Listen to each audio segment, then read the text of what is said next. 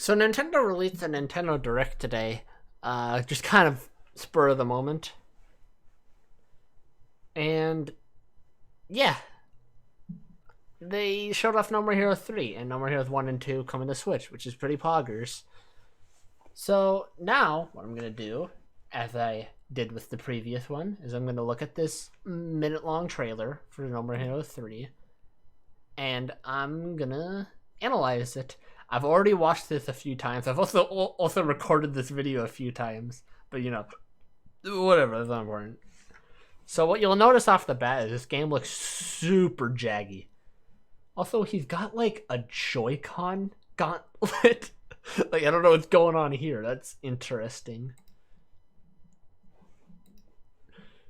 So obviously the trademark toilet is still here. Anyways, yeah, like everything looks super jaggy. Like it's weird. It's like the faces don't look right. But then like the arms and stuff look fine. They like look smooth and stuff. But this face looks super pixely. Now this could just be part of the trailer. This could just be part of the trailer. Maybe it's not going to look like this in game, but whatever. But everything looks super jaggy here. But because then when you get into the gameplay, it doesn't look jaggy.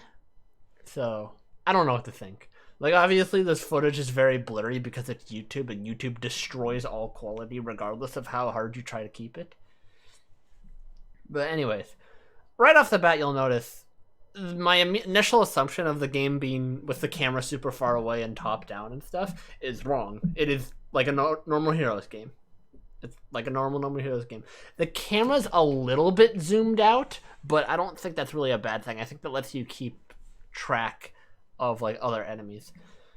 Up here, this little icon, what I think this is it looks like it's gonna be to this because in the trailer when Travis puts this on, he puts on like a V-shaped mask, and then he gets this like thing right here.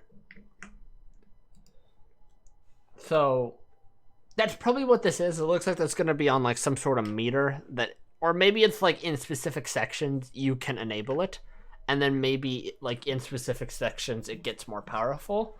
Up here it looks like the death glove from, I don't remember what it's called. The death glove from Travis Strikes Again is going to be used here, where you can put on different cooldown abilities that you can use in part of your combos and stuff. Speaking of combos, also the beam katana he's using here seems to be the starter one from No More Heroes 1, the Bloodberry, so that's neat. What you'll notice off the top of the bat, other than the fact that the hit counter is now at the top right of the screen instead of being on the enemy for whatever reason. They've also got the hearts on enemies, so that's kind of interesting. And they've got damage indicators indicating how much damage you did. So going through this again, it's got these stylish particle effects that I'm really big a fan of. It's like rainbow blood. I think that's kind of cool because they're like aliens. Anyways, this combo looks super like detailed. I don't know if that's they made it look cool, but you just mash a button, or if you have much more interesting combos. I hope it's the latter, but it's probably the former. So I don't know. Then you do the suplex thing. You'll notice the little thing right here where that looks like they're bringing back the supers from like the rolls and stuff, which is cool. You've got to look at all of, I don't know if this is every boss in the game. Probably not. There's probably more than just the aliens, but yeah. So you've got the Foo here from the trailer. He's doing Foo stuff. Over here's that boss that we saw at New Game Plus Expo with the trailer where Suda51's face was plastered over everything.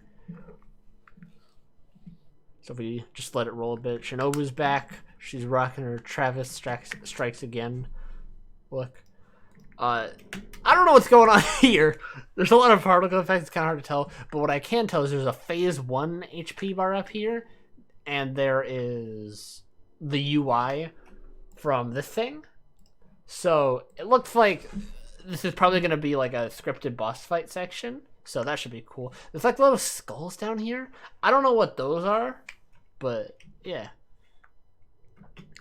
So what you'll notice about the hit counter here is that I think I know why they put it at the top right. Because notice when you slash your enemy, it went up to 26 instead of ending.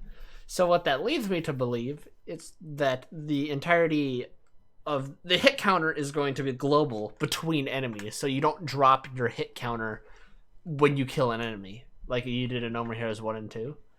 No More Heroes 2 didn't have a hit counter, but... So that's cool. So it's like a combo meter almost.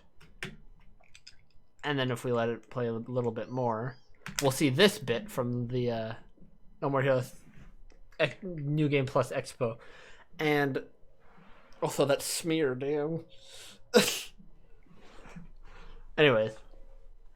It looks like the camera's really close here. It looks like my initial assumption of the game's camera was only based off of the fact that the camera zooms out when you lock onto a massive enemy, which makes sense.